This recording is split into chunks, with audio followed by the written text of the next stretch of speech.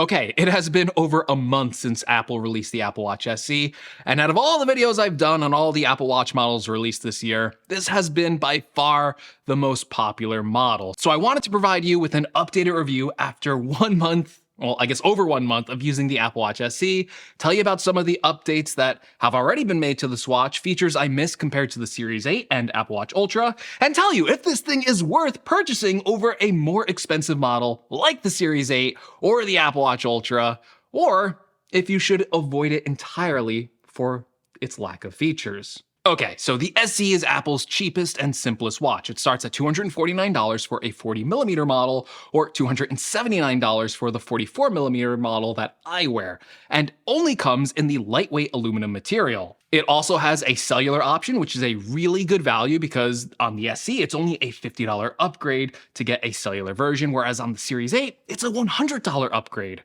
Furthermore, it only comes in 3 case color finishes, so Starlight, Midnight, and of course, like my watch, the classic silver color, which I do think looks the best. And the simplicity of this model is kind of a selling point. You really don't have to worry about different case materials, like the higher cost of the $100 cellular upgrade, and it just has a better range of pricing. The most expensive Apple Watch SE is just slightly above $300, whereas if you're going for like a Series 8 and you're getting like a cellular model, that's like a $500 commitment for what is basically an iPhone accessory. Now, I know some of you had questions about the SE's durability with its new plastic back, like this is the first Apple Watch to have a plastic back, I believe, and after a month of owning it, I have to say that it's still holding up just fine. Granted, I do switch out my Apple Watches quite frequently. Like, I'm not trying to deceive you. I have not been wearing the Apple Watch SE for over a month straight. I've been switching between my Apple Watch Ultra and sometimes even my Series 8. So this is not like a full month on my wrist technically, but it has held up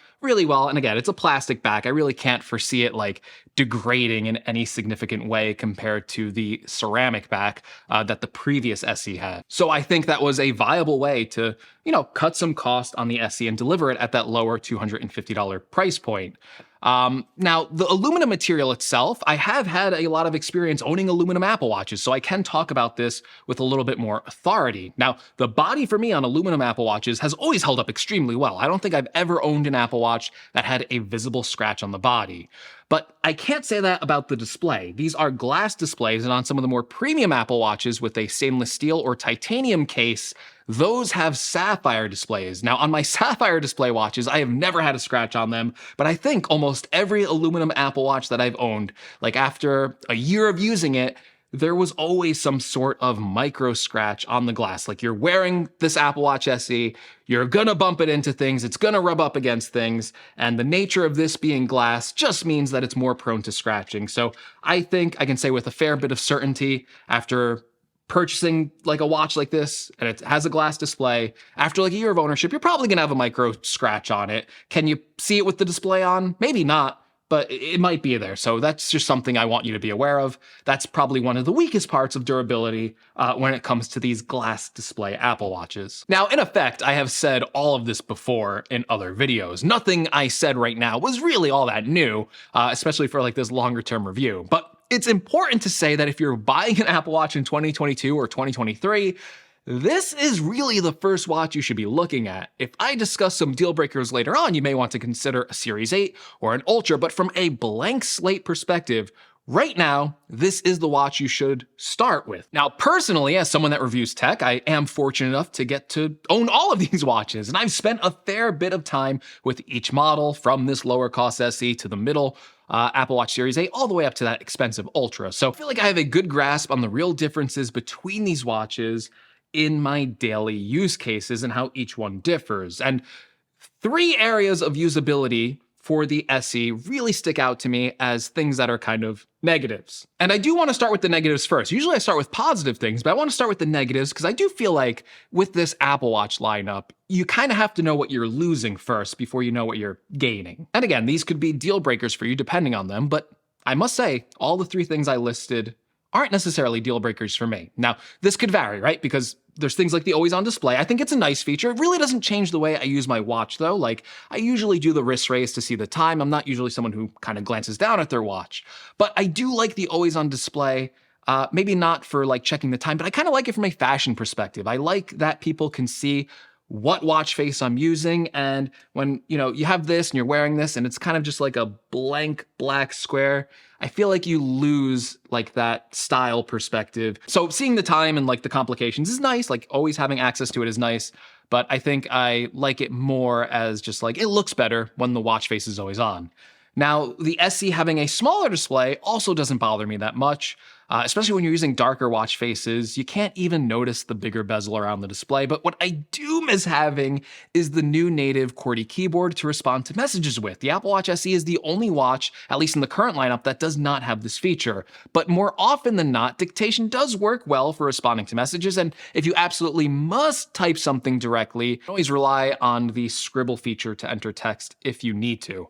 Another thing that's harder for me to go back to on the SE is the design, because I have really fallen in love with how the Apple Watch Ultra looks. The titanium finish, the bigger and bolder design, it just has so much character that when I put on this Apple Watch SE, it just feels a little bit like, you might like this design better, but for me, I just feel like it's a little bit boring compared to the Ultra. I really like the bold design that Apple went with on the Ultra, so that is a drawback for me as well. But yeah, just those kind of three things are my biggest hangups about the SE, and you can probably notice none of them were really all that big, and you might have also noticed I didn't really mention any of the big game-changing flagship features from other Apple Watches.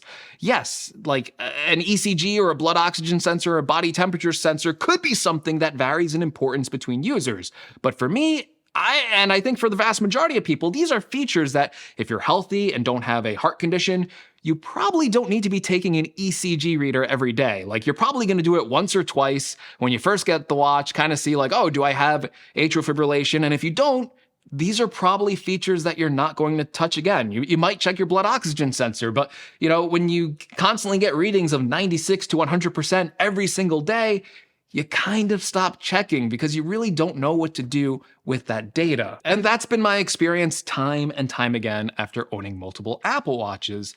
And it is weird to dismiss such an important feature that could potentially be life-saving to a user. But for me, like owning these previous Apple Watches with these full capabilities, they are things that I have just thankfully not needed to use, and at least for now, they continue to be features that I just don't use. Of course, peace of mind may swing you to get a more expensive watch, I totally understand that, but if you already know medically that you aren't prone to like an irregular heartbeat, or you've already tested like the Apple Watch before and found that you don't have these conditions, you may actually just get a much better value skipping out on all those features. Now, we talked about what the SE lacked first, right? Now, let me tell you what it has, because these are probably the features I use the most with any of my Apple Watches.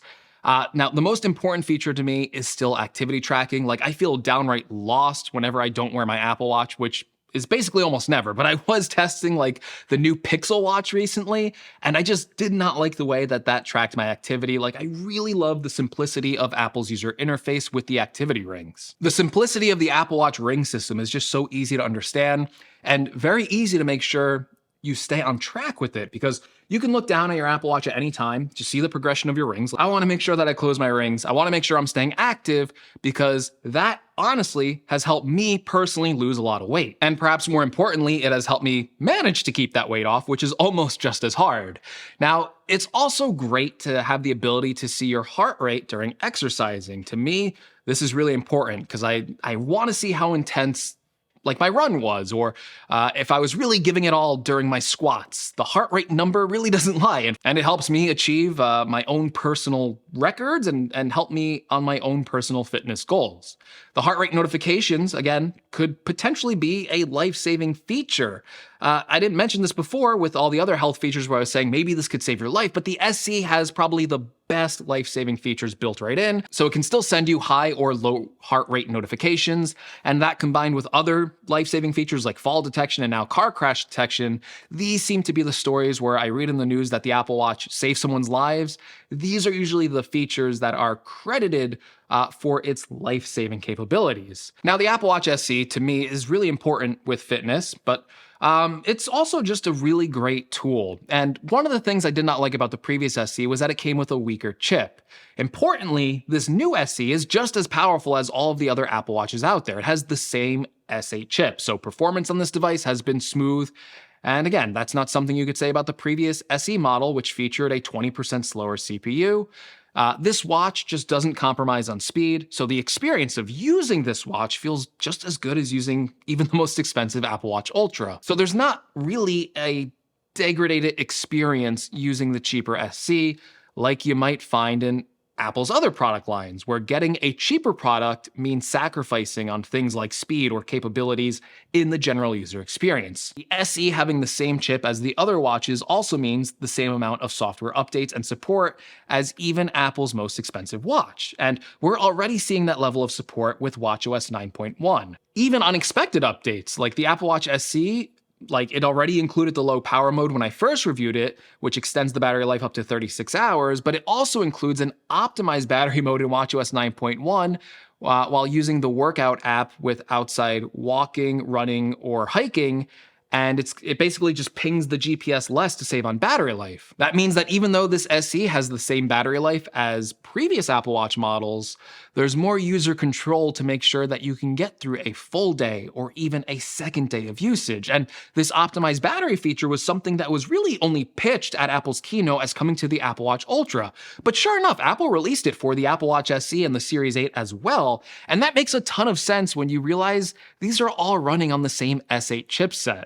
So this now has even more control on how you control your battery life, and that's a really good thing. And that's what I can say about the new Apple Watch SE. Before the cheaper Apple Watches in the lineup, even though I could potentially see them as being a really good value, I personally was not willing to wear them for my main watch because I didn't want a slower watch or one with a really old design. Now, the new SE pairs in a faster chip with the Series 4 design, which is still good, and it really makes a great value for anyone that wants the Apple Watch basics, and I think that really is all most people need, myself included. All right, everyone, and those are my thoughts on the Apple Watch SE after over 1 month of owning it. If you plan on picking up an Apple Watch SE after watching this video or any of the Apple Watches, check out my affiliate links in the description below. If you found this video helpful, well, then please give me a like. If you want to see more from the channel, make sure you're subscribed. And as always, thank you so much for watching. And hey, I'll catch you in the next one.